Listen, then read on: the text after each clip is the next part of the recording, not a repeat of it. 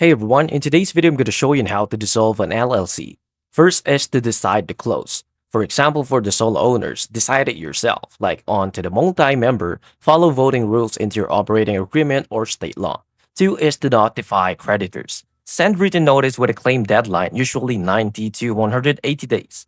Third is to file final taxes. Pay all the taxes, file final returns, and get a tax clearance in your state requires it.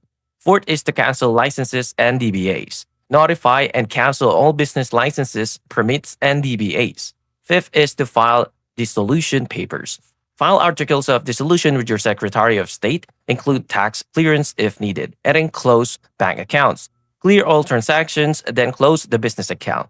7 is to distribute assets. Split any remaining assets according to the ownership percentages and keep records.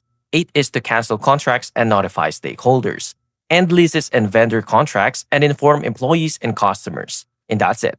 If you find this video helpful, please like and subscribe, and I'll see you into the next one. Thank you for watching.